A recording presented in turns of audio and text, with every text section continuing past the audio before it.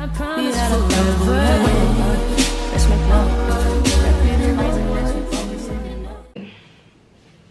on, gotta fix my hair. Okay. Hi everyone, welcome to my channel.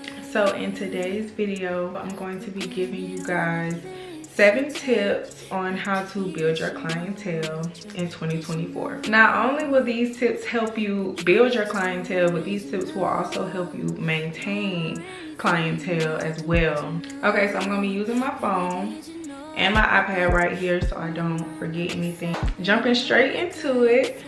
Tip number 1 is start out with free services or heavily discounted services, such as using models or running specials. Now, I know free can scare a lot of people because, you know, we all want to make profit. However, I feel like doing services for free or having models to promote your services is the best thing you can do starting out. And doing these free services is going to get you that practice. You can look at it in a way like, I'm going to use this model and create some content.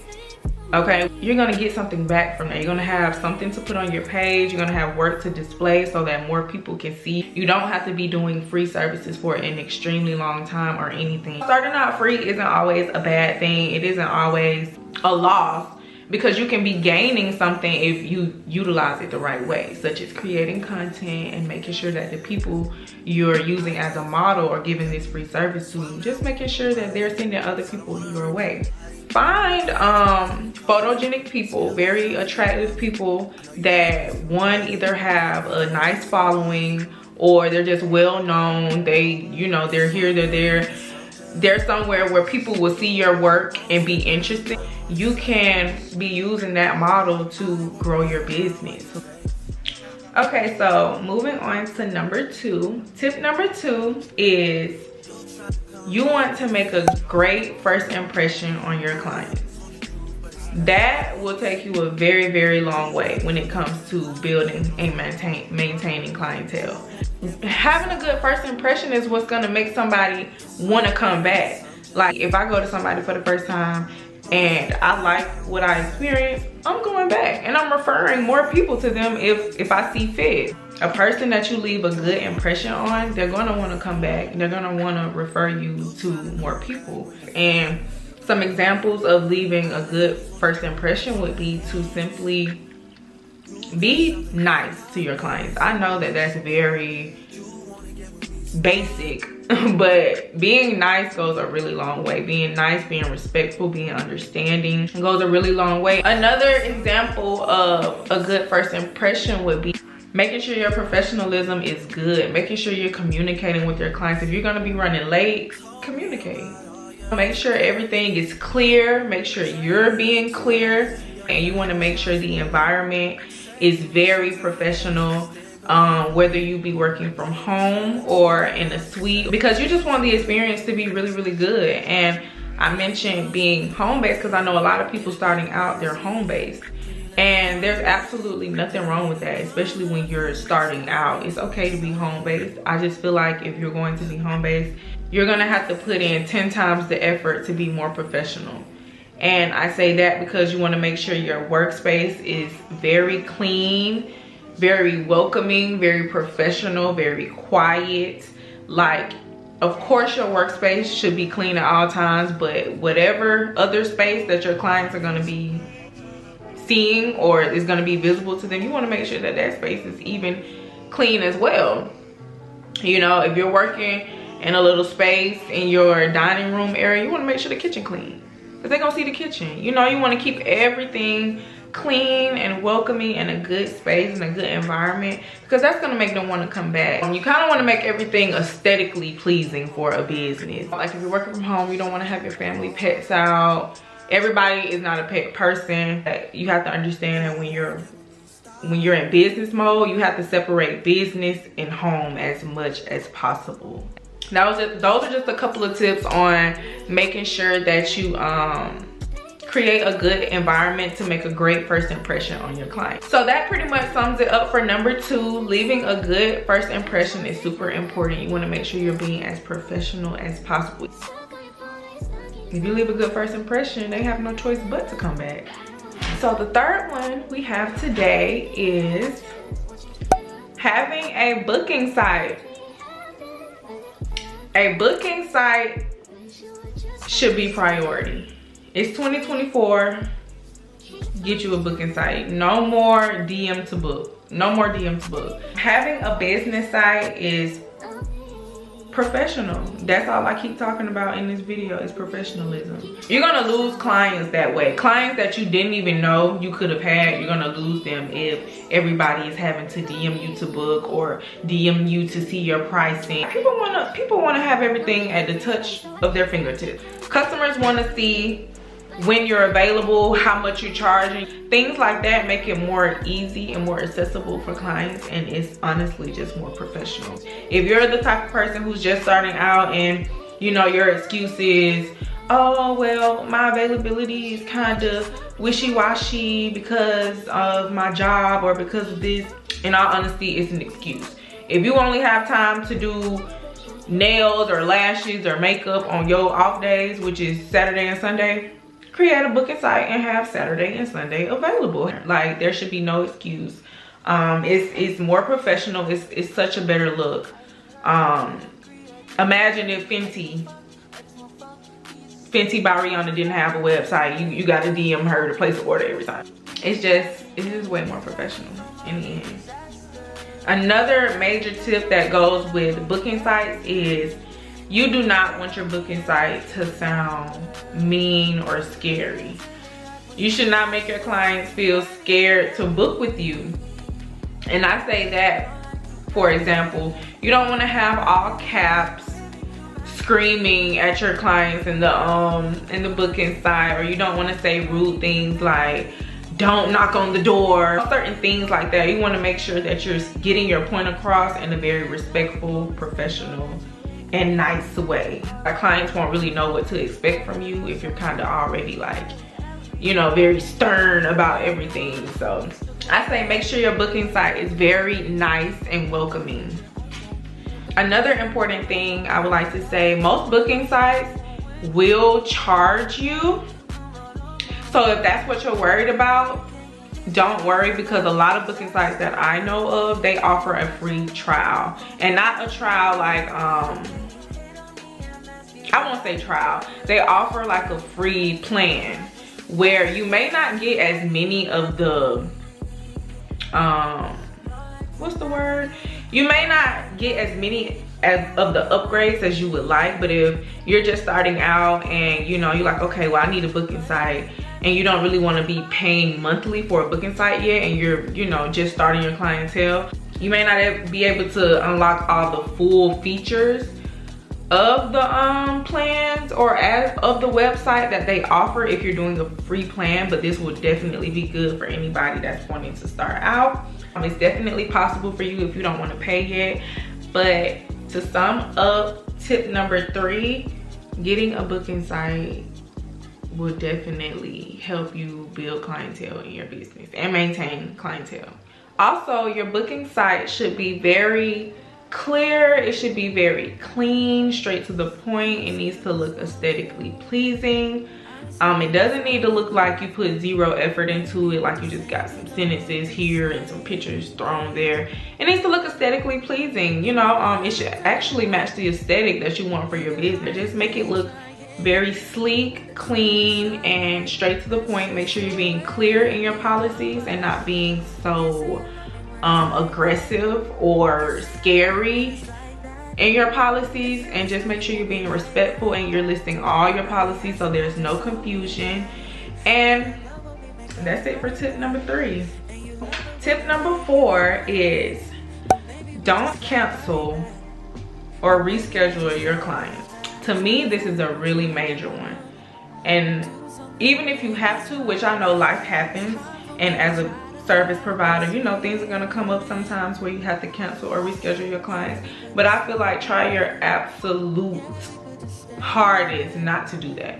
If there's someone on your schedule, they booked, you had it available, they booked that time, they paid the deposit, do everything in your power to make sure you keep that appointment at that time. Constantly canceling and rescheduling on your clients can definitely give you a bad rep as a service provider. Clients want someone that is dependable. If you're not dependable, if every time they book an appointment, or most time, it may not be every time, but most times when they book an appointment, you end up texting them kind of last minute or rescheduling on them last minute, that's not a good look. A client is not going to trust you. They're not going to feel secure with their appointments. Overall, it's not a good look, nor does it create a good reputation. And that is going to be one thing that really prevents a client from staying and sticking with you. You want to make sure you're respecting your client's time. Like I said, if they scheduled, it's because you had it available, and so you need to honor that time. People are used to stylists canceling on them, or they have an appointment at 2, they end up coming at 5. Like, it's just not professional. It's not a good rep, and clients really, they probably won't like that. They won't like that, and you will lose clients from doing that. But you have to understand that a lot of people have schedules. I began to learn that and practice that in my business, and I can genuinely say it has made a difference. And that will really make them trust you and want to keep coming back. Tip number 5 is quality over quantity. It's one thing to build clientele and have people coming in booking with you. However, if you are not providing a good quality service, they won't come back. Quality over quantity. You know, a client will book with you because they love your work, but if the set is not lasting, they won't be a returning client. You know, if what they're paying for is not giving them the full longevity, they're not gonna want to return. So this kind of goes back to tip number 1 when I was just saying, you know, get that practice in, because that's what's really going to help you grow as a, you know, like the goal is to master your craft at the end of the day. And, you know, even as a beginner, it's going to take quality to make people want to come back. If whatever you're doing is lasting and it's good quality, they're going to come back. But if it's not so good quality, like, they won't really return. And so the goal should always be to not just get all these clients. The goal should definitely be the quality of the work that you're producing. Let's say, for instance, speaking for nail techs, like, you don't want to do this bomb set, the shaping is good, everything looks good, but then the nails are popping off within like a week or 2.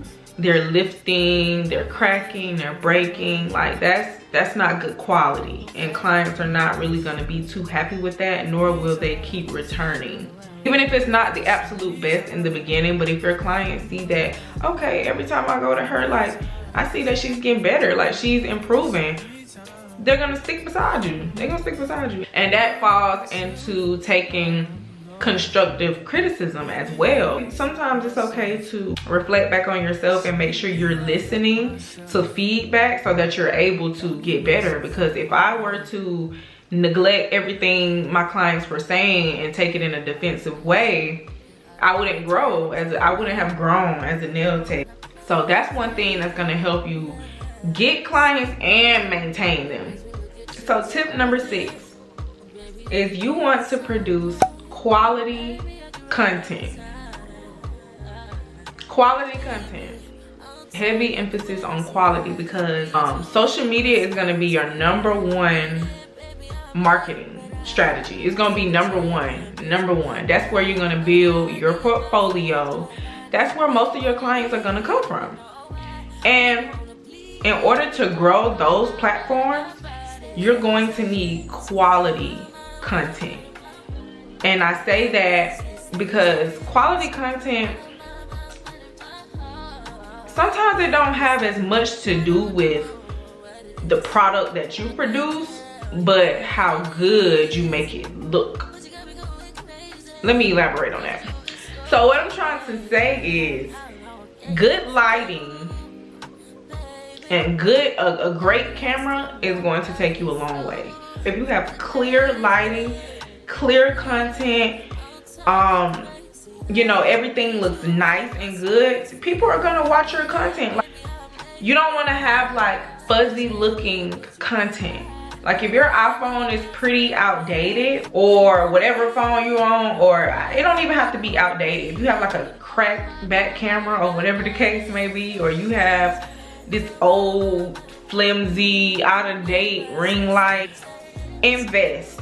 You know, invest. If your iPhone camera ain't doing what it's supposed to be doing, get a new phone. Like, you're gonna have to invest into a new camera.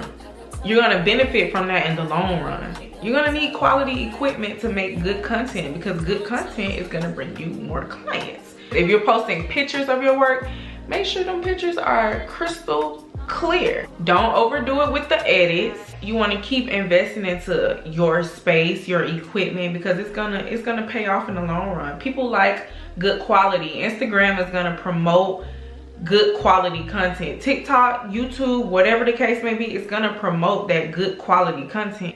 That's what's gonna lure your clients in. And another thing that I can add on for your content is you want to make sure that you are including hashtags. Hashtags is how a lot of people in your area are going to find you. And another thing is you want to make sure that you have your location, where you're located, what city, in your bio. That information needs to be on the forefront. Putting where you're located will definitely lure in more people in your area, and it'll be easy for them to know where you are and what you do. So definitely include your location, and definitely include hashtags, and make sure your content is very clear. Make sure you're producing quality content, period. So number 7, which is last but not least, you want to have business cards. Business cards. I've been doing nails for like almost 5 years now. I didn't really get business cards for real until last year. I was procrastinating making business cards for years. I don't know. I guess I felt like I didn't need them. I was pretty flowy in clientele, so I felt like I didn't need them. But when I finally made them, it made a difference. Business cards is one of the best ways. So I know if I was starting out, business cards would have helped me a long time ago. Okay, so this is what I do with my clients with my business cards. So now, anytime I do a set, I give my clients maybe 2 or 3 cards, 2 or 3 or 4 business cards to you know, send them off with. And that in itself has brought me even more clientele, even more exposure. Even if somebody don't book right then and there, they got your Instagram, they got your TikTok, they got every piece of information that they need. So whenever the time comes, they're gonna book with you. Make sure they're creative. You should have creative business cards. Make sure whatever business cards you have, that there's a way for you to put pictures on there. And like I said, the aesthetic of your business as a whole. You know, have a card that displays some of your work. As a matter of fact, I could just show y'all my business cards. Hold on.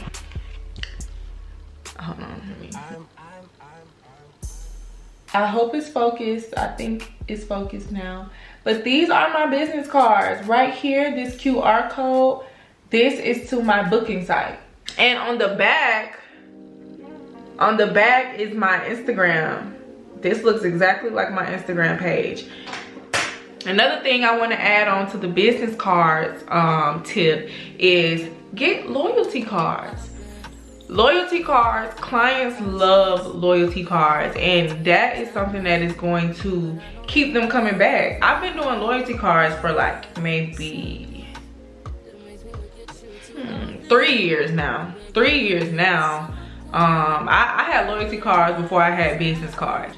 When you have something to give back, the clients are gonna wanna come back even more. You can't really see. There it is. And on the back,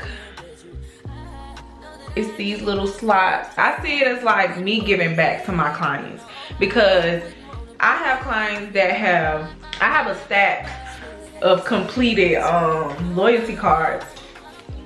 These are loyalty cards that my clients have completed, but I keep these cards because I don't know, just looking back on them, it makes me grateful.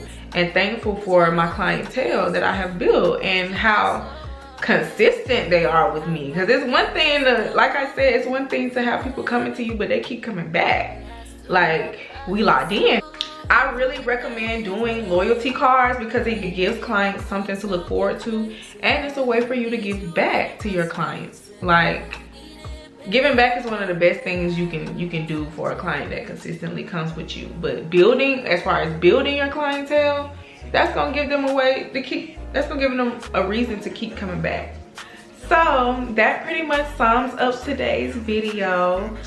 We went over starting out with models, leaving great first impression on your clients, having a booking site, making sure you're being professional and not canceling on your clients, quality over quantity, and good quality content, and lastly, business cards. So we cover all that in today's video. I hope these tips really help you guys. I hope I said something that you guys can relate to and learn from. But I wish you all well, and I hope you guys like, comment, and subscribe to my channel for more content like this, because although this is my first time doing this, I plan to have more content where I'm talking and in front of the camera.